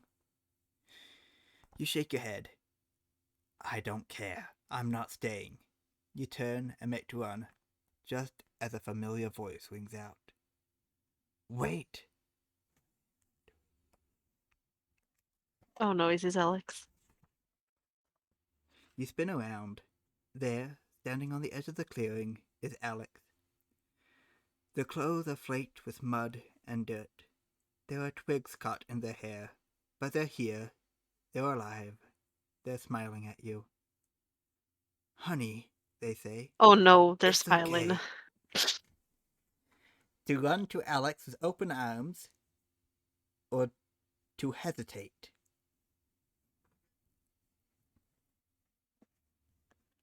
You see, the issue is we've already been told that they can mimic their victims past or present. I am not running into his open arms immediately. No, no. You wait for the edge of the clearing. You can make it out if you're fast enough. You hear the warped sound of your partner's voice calling after you, but don't turn to look back. Then you hear heavy, slamming footsteps approaching fast. You can't help but look back for a moment. You see that your partner's body has warped and deformed. Their skin has split, and horrid, dark branches burst from their flesh. Propelled by those disgusting long tendrils, they surge forwards towards you. You turn back and race for the tree line. If you can just get there and break free, you can leave all this behind you. Another time for rolling. A dexterity saving throw. D100.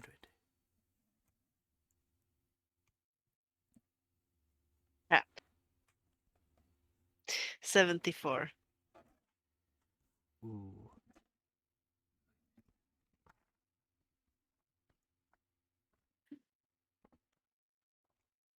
I assume that's a fail. You make it to the edge of the clearing. Just as you're about to break into the trees, you hear a footstep right next to you. You catch sight of a tentacle whipping in your direction. You throw yourself sideways and manage to avoid the blow, but you tumble down and land on your hands and knees. Before you can stand, a catastrophic force slams into your back. Your spine is immediately crushed, and you fall face first onto the Ah! ground. You feel two strong Like tentacles literally crushed? seize around your torso and yank you into the air. With agonizing slowness, the tentacles turn you around. You see your partner. They are mostly a monster now. Only their face remains. As your vision goes black, the last thing you see is their face. They look so disappointed. The end.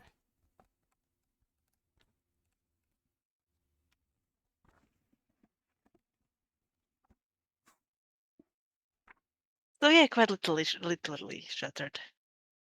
Okay. What if I just, if we roll it back, How fast? just like the last choice, Okay. if I choose to embrace it instead?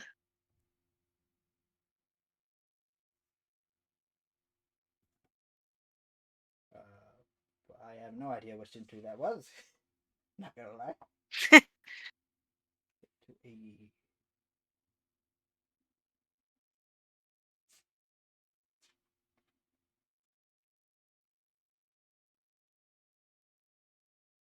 279. You dash across the clearing and cling to Alex.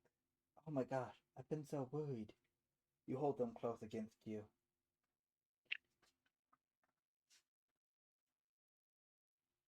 Alex hugs you back. I know you have. Don't worry. Everything is going to be okay now.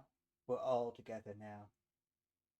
You feel Alex's hand stroking at the back of your head. You pull away.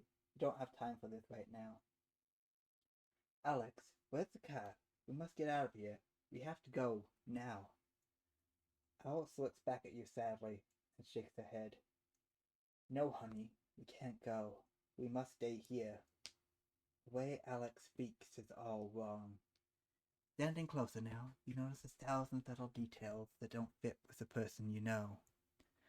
This isn't Alex. I know you're nervous, Alex says. I tried to explain everything, but I just don't think there's much point. They raise their arms and open wide.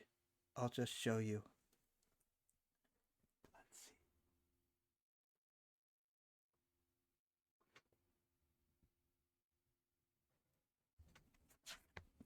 I need you, Charlie, Alex's voice says, but this time it comes from behind you. You spin around and see the man who crawled out of the tent. Body unchanged, is now wearing Alex's face. There's two of them now. They're on either side of you. I need you like I needed Alex, they say, and when they speak, the voices merge, overlay, and bleed static. You're here now. We can be together. We three. We four. All of us. Please, come with me. Agree or refuse.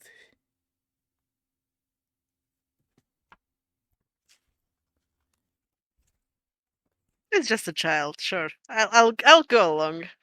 I'll stay. 356. At least I won't get my spine crushed, hopefully. Just my persona, just We my will be personhood together. erased or something. Charlie nods. Of course we will be. We all will be. After everything that's happened to you, the exhausting things, it's relieving to just let somebody else do the thinking for you. You put your misgivings to the side. Somehow, you know you're signing your death warrant, if not something worse. But Charlie being here and speaking to you makes everything feel different. Charlie or Alex? It might have confused some things. Swap to the wrong character. To be fair, this is a bit low.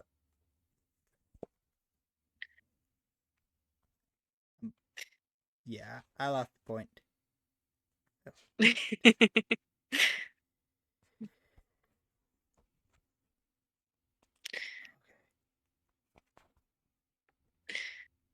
So it's supposed to be Alex, I presume. Perhaps. I accept. You sag as soon as you say the words. Dread washes over you, but so does a great sense of relief. After everything that's happened to you, all the exhausting things, it's relieving to just let go. You put your misgivings to the side. Somehow, you know you're signing your death warrant, if not something worse. But at least you've done so willingly, and taken back some measure of control. The creature before you moves closer, takes you towards it, delicately. Thousands of writhing tentacles begin to... Wait. This is also wrong. Oh well. What's wrong?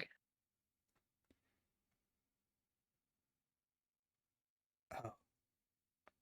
Well, I think we were right the first time. Just everyone turned into Charlie. After everything that's happened to you, all the exhausting things, it's relieving to just let someone else do the thinking. Heck, you did go out to the cabin to reconnect with each other after all. Okay, what do we need to do? You ask. Just be still, Charlie says. They'll step forward and pull you into a tight hug. Okay. Why really 248? Yeah, we kind of lost the point.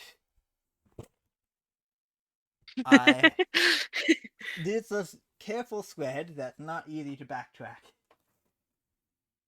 It's one of the creepier endings. I will admit that much. I've done a couple I mean, you playthroughs willingly myself. signed yourself over to an eldritch entity. It's gonna be kind of creepy, but maybe a Indeed. little bit wholesome. Not really. Which I feel like is the best I can hope for. It I mean, seems to you're go gonna into... be part of a family now. It goes into detail about how there's branches I'm good with pressing the into detail, your it's heart. fine. All that body horror and stuff. I imagine the plant is just growing all throughout the body. Indeed. Oh. Do you want spoilers? I'm fine with spoilers. Okay. So, it has a stat block for the monster if you want to use it in other games. Huh. The child of the forest. Waiting in the isolated and lonely wilds of the world, the child of the forest lives in the forgotten winds, the unturned earth and ancient trees where all other life fears to tread. It aches for purpose and form and desires a violent unending to its own accursed solitude. The being known as Ushtika, or the child of the forest, is an ancient entity said to inhabit the wild places of the world. Born from a mixture of dark rites cast centuries ago over the remains of a fallen star, Ushtika is a shapeless, formless hive mind that poisons the regions it inhabits, rendering it free from animal and human life. Its connection to the ley lines of the earth extends its consciousness through time, allowing it to view its own future, past, and present at once. While it can only take physical form by inhabiting the body of a human host, it can manipulate natural minerals to communicate. Ushtika is a lonely entity. It desires the ability to take physical form, but even with a willing host, this never lasts long, as Ushtika's unfamiliarity with solid shapes inevitably destroy the host in a warping and violent calamity of broken bones and mutated flesh.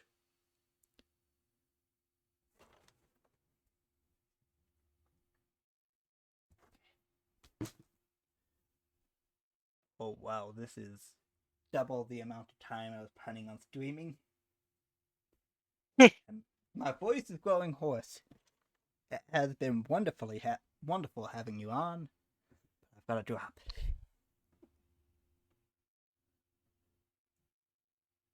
Yeah, we can try for a different ending eventually. At Eventually. some point. Or I have different solo against games. Even one that I've never read yet. I've been saving for a big event. I'm down. It's called Solo Against Nyarlathotep. It is. We worked together to pilot it, but it's. How long is it?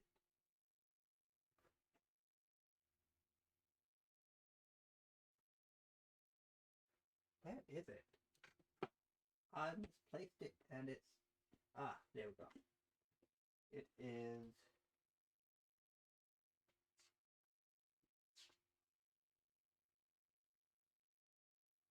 There are some pre-made generated characters in the back. I could probably send you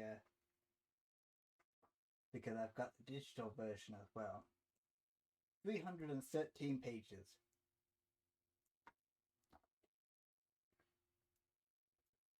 Okay. That is a number. Indeed.